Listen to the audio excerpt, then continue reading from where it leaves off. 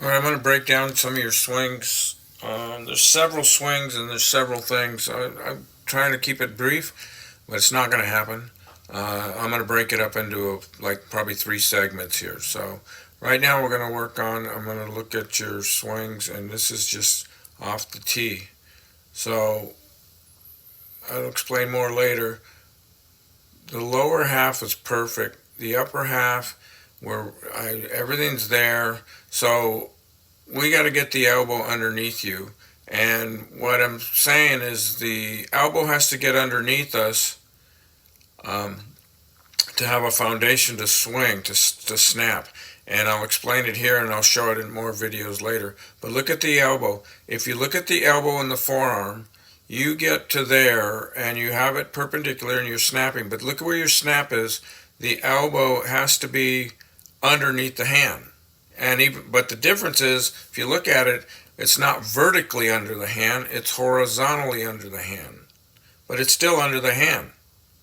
And that's the thing that most people miss, including myself, is that you and most every hitter have to get that relationship right there to leverage the hand under the elbow and then the snap.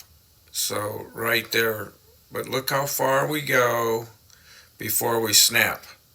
You've moved all the way to there, and I call this the load. You have the load section, and you have the moment of decision, and that's right before you snap, and then you have the swing, which is the snap. So how far does our body move until we get to snap? And you're doing all that with your torso, and you're getting a lot of power. But this, to me, is we aren't snapping. We're snapping forward there.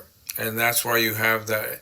I don't know if your coaches talk about extension a lot, but extension's kind of a fake way of looking for bat speed, in my opinion. Um, so right there, we get to there. And then there's the long extension there, and shown by your torso going backwards. So you got a counterbalance of your head and your body having to go backwards right there. Now, look when you snap, when you get to snap, by doing this drill, watch when the hands turn, the elbow gets right there. See, the elbow's underneath.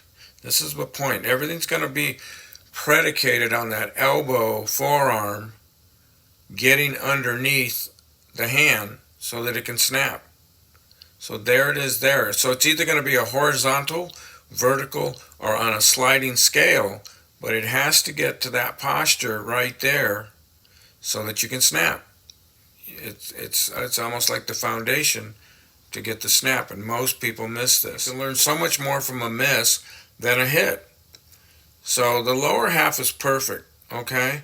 But again, right there, the elbow's not underneath us. We don't have the solid foundation under us, so we start to push, and we haven't snapped yet. So you're right there. Look at the ball. The ball is right in front of you. It's 3 feet in front of you. Without a barrel snapping there, you're going to get blown up.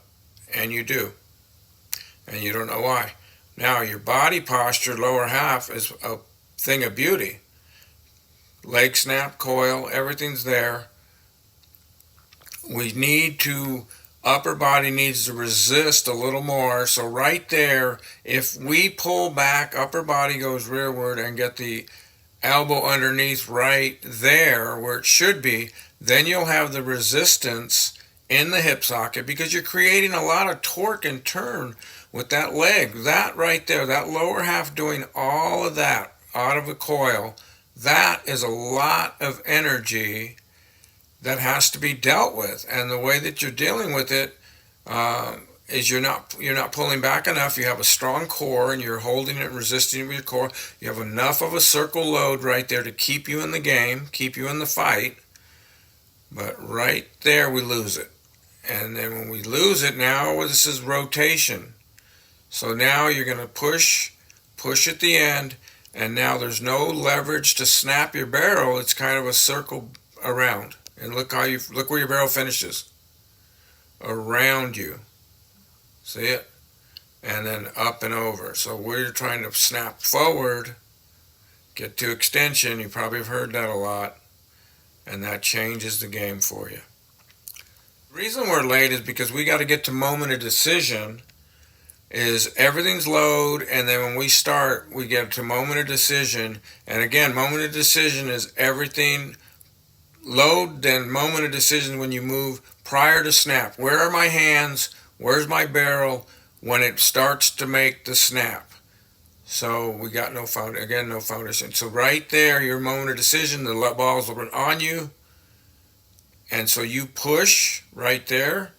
Again, rotating around. So there's the push right there, right there. So we don't have the suddenness or the quickness of our snap because our hands are pushing. Now, the other thing I'm starting to notice as we're pushing, we're rolling over right there. We don't snap perpendicular right there. Look the way your barrel's pointed. Perpendicular, you'd hit yourself in the front knee. So we've got our hands out of shape, and now we basically snap and roll over. It's not a typical rollover as most, but it's still right there. We're rolling over. See it? Watch that. That posture right there is incredible. Okay, your balance, your body, you're right. See, so now you're getting more of a leg snap, which before you were shortening and getting rotational in the hips. Now you're getting a circle load. Now you're trying to find it, and you're getting a circle load, but we're still not getting the hands loading backwards, lower back. We're not getting the contribution from the back. We're flexed, and we're pulling it back, straight back like a bow and arrow, but like you're racking a weight on your shoulders, you're not getting that pull. That pull, if you were to power clean something, that racking of your back muscles coming underneath you to get the weight and get your elbows underneath you and get the weight at your shoulders is missing right there. Push. So now we go into palm up, palm down. And that throws it underneath the barrel, underneath the ball. Palm up, palm down is going to slide. Look at your barrel. It's slicing down and around because that's palm up, palm down. And now you're going to go to the left again, around your body. You're fighting it because you know it's not in the right spot. But look at now you're getting that tilt right there. Knob, chop drill, everything we've talked about. You got a little bit of rotation out of the hip. Look at your squish the bug just a little. Again, this is happening because you're not pulling back and bringing the elbow underneath you like racking a bar. And so that just gets let loose. It's no counter to it. Your hip's doing the right thing, you're right there. But now you're rolling around the front of the hip socket, instead of staying up above and behind the hip socket. So your lower half is perfect, okay? I think. You just got to get the upper half to do it right. And so right there, if I get to the belly button or after, I'm going to be rotational. I'm going to fight rolling over. Rolling over sends my barrel underneath the ball.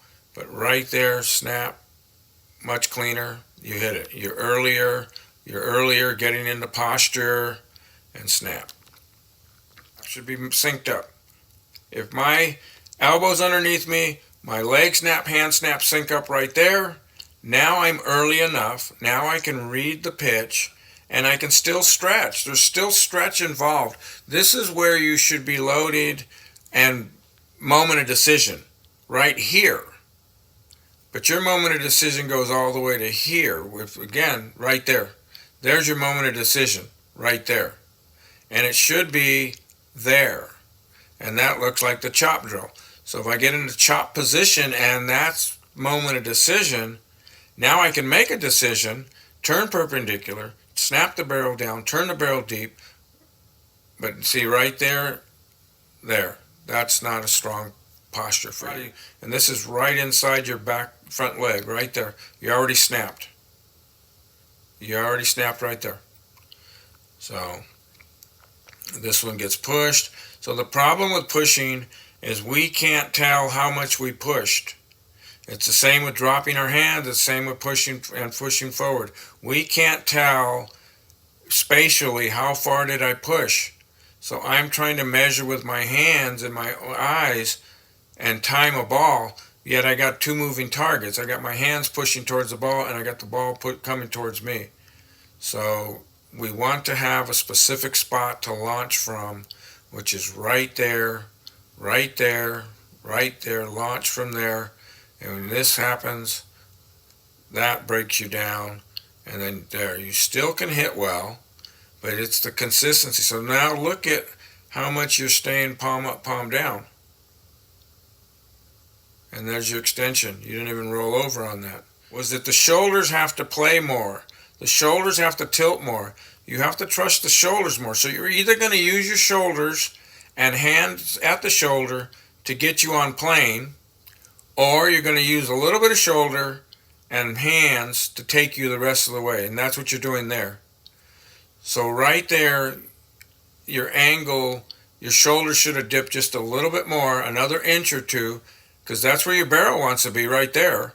So if you put your shoulder and your hands right there and trusted it to dip, just tilt a little bit more, just another inch or two, then you don't need to do this right there. Put that at your shoulder and snap your barrel from there. Now you have all this area to get on plane instead of being late, or instead of catching it. You could have caught it right there, just by angles. Your angles are off is what it is. But you're trying to use too much arm and hands pushing instead of, see, right, look at the disconnect. That's disconnected right there. That's this, and we're talking about power. There's your power from your legs, but you got to slingshot the barrel from your hands. It's got to be connected to your back. Without the forearm and elbow underneath you, how are you, right there, look at this, just look at this right there. How are you connected to your back? You're not. You're not connected. Right there, you're disconnected. You slingshot yourself off of that, but it's too early, and it's not angled right. Okay, and then boom, we're at contact, and we're already starting to roll over there. There's the rollover. There's the rollover, and we pop up, and we do things, and we don't know why we're not hitting with a lot of power. The elbow working through, we're getting the hands working through. See, look where your elbow is. It's behind. So it's not working through and not keeping the balance underneath you.